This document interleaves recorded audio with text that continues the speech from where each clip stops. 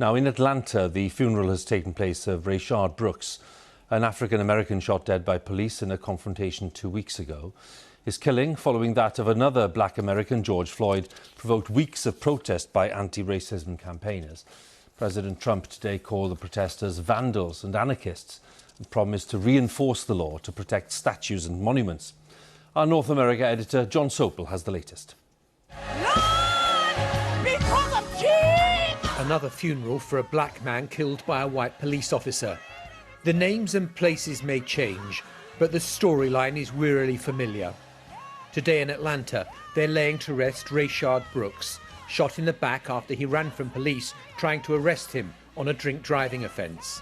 If your skin is the weapon and your complexion is the crime, what do you do to stay alive? Comply like George Floyd or run like Rayshard Brooks? I'm not asking for a friend, I'm asking for myself. The reverberations from this killing and that of George Floyd are still being felt across America as the Black Lives Matter movement tries to make this an inflection point in this country's long and tortuous battle for civil rights. There's urgent debate on police reform, and last night here in Washington there was fresh unrest.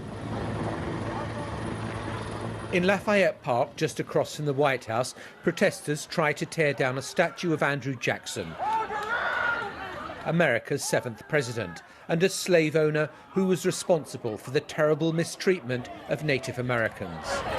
Donald Trump, who installed a portrait of Jackson in the Oval Office when he became president, said this would not be tolerated. We are looking at long-term jail sentences for these vandals and these hoodlums and these anarchists and agitators, and call them whatever you want. Some people don't like that language, but that's what they are. Change is coming in sport too. NASCAR has finally removed Confederate flags from being flown after Bubba Wallace, the only black driver in the sport, called for them to be banned. But in his garage over the weekend, someone had left a noose.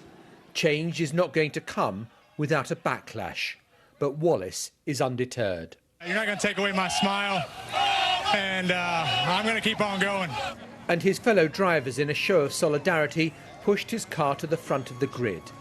Their life is racing and winning. Today, it was about race and equality. John Sopel, BBC News, Washington.